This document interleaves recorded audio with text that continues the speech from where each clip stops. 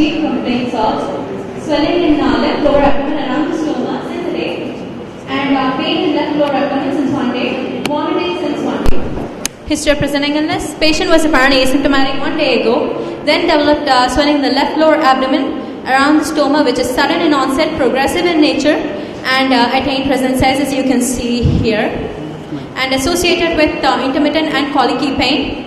And there is no history of reducibility at any period of time, and there is no history of radiation or referred pain. And there's a history of 6 episodes of vomitings in 1 day, which was bilious in nature. And there's history of passing stools, not passing stools or flatus through the stoma since 1 day. And there's no history of bleeding or melena per stoma. And there's history of straining for urine with narrow stream since 2 years. And there's no history of chronic cough, fever, or trauma. Past history. Patient has given history of surgery which was done 30 years back for rectal carcinoma with end colostomy. And there is no history of radiation or chemotherapy, and no history of diabetes, hypertension, or tuberculosis. And he had normal appetite and bowels were regular, but increased frequency with bladder movements, and not a known case of, he's not a known smoker or an alcoholic. And family history is not so significant. General examination, he is moderately bowed and nourished and well oriented to time, place, and person. He was afebrile, and his tongue was moist. Pulse rate was 90 beats per minute, good volume and regular. His blood pressure was 150 by 100 mmHg. Right arm supine position. Respiratory rate 20 per minute, abdominal thoracic, and there was no pallor, icterus, cyanosis, clubbing, pedal edema, or generalized lymphadenopathy. Local examination. Abdomen was distended, and centrally placed umbilicus was seen, and a midline scar was appreciated with no engorged veins, and all quadrants were moving equally with respiration. Swelling size was approximately 10 by 10 centimeters, and circular in shape, colostomy occupying the left lumbar and left iliac fossa, and the colostomy appeared to be prolapsed at the time of examination. Surface was smooth, and well-defined margins were seen and not expansible on cough impulse. No visible peristalsis or pulsatile movements, and the hernial sites appeared to be normal. Palpation, there was no local rise of temperature, and tenderness was appreciated over the swelling. Inspectory findings were confirmed, and swelling was soft and tense in consistency, non-fluctuant, non-reducible. Expansile cough impulse was absent, and non-pulsatile with restricted mobility. Colostomy prolapsed, admitting finger, and no mass or fecal matter was felt. Percussion resonant note was note over the swelling, and auscultation, hyperperistaltic bowel sounds were heard.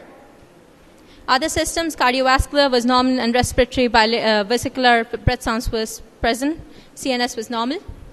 Provisional diagnosis we thought of as acute intestinal obstruction, which was secondary to obstructed peristomal hernia, or maybe could be due to recurrence of tumor. Investigation, complete blood picture was normal, and bleeding time and clotting time within the normal limits, and blood group was O positive, normocytic normochromic smear, and complete urine examination was normal. His electrolytes were normal, and renal function was also normal, serum creatinine. And ultrasound abdomen showed dilated bowel loops with to and fro peristalsis, which was noted by the side of the stomal opening. And this X-ray of the erect abdomen showed multiple air fluid levels, as you can see here. And there are also dilated bowel loops around the stoma. So we thought of taking him for emergency exploratory laparotomy. And so patient was kept nil orally, and initial resuscitation was done. Ryle's tube was inserted, and then condom drainage for urine was also done. Procedure, he was performed under spinal and epidural anesthesia, and parts were painted and draped. And here, as you can see, a transverse incision was given at the level of the stoma, and the hernial sac was dissected. And you can see the small bowel, which was seen. And the jejunum, there were areas of gangrene. And so in the end, we did a jejunal resection anastomosis and also an end colostomy. Post-operatively, patient was put on NBM, and Ryle's tube aspiration was done. And he was given IV fluids, and input-output charting was clearly done. And IV antibiotics were also prescribed to the patient. He was allowed soft diet on the post-operative day 6, and he tolerated well, and the colostomy was functioning. And he was discharged on the post-operative day 15. And this was a post-operative picture of the patient. And this is on the follow-up. He was doing well with the ostomy belt. So, thank you.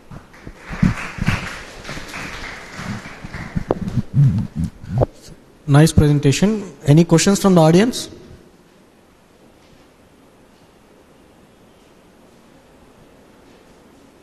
Yes? Well, parastomal hernia, it's actually, whenever you do a colostomy, it's inevitable. It's seen in each and every case. But it's very mild. And most of them, 50% is the incident that is seen within the 2 years of the surgery. But here we see this case after 30 years. So that is what makes it a rarity for this particular. What are the common complications of stoma? There could be a prolapse infection.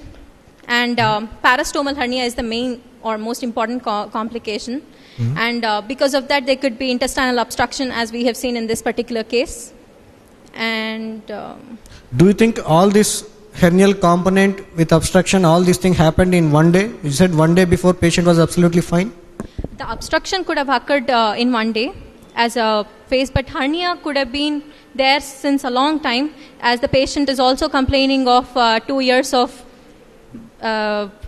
benign, maybe it could be due to benign BPH. No, as parastomal hernia is a common complication, yes, why you are making it as a rare? Because usually whatever we see parastomal hernias, we see within the 2 years of surgery.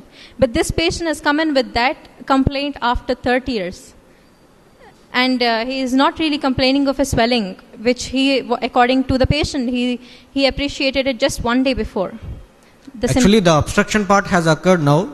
Yes, he sir. might be having the parastomal hernial component since so many years. That could, because he is asymptomatic, he didn't come to you. That could be a possibility, sir. Any other questions? There are so many rarities in this. I am still surprised. This is one case where 30-year survival for a carcinoma rectum. Whether it is really possible. First and foremost. And according to you, what you said is that is an end colostomy. Yes, sir. To my knowledge, end colostomies, they do not cause parastomal hernias. End colostomies, they do not cause parastomal hernias. But to me, it is really a surprise, one more, that is 30-year survival for a carcinoma rectum. And moreover, there are no recurrence. And after doing a laparotomy, you saw that there are no seedling or anything. So this is India.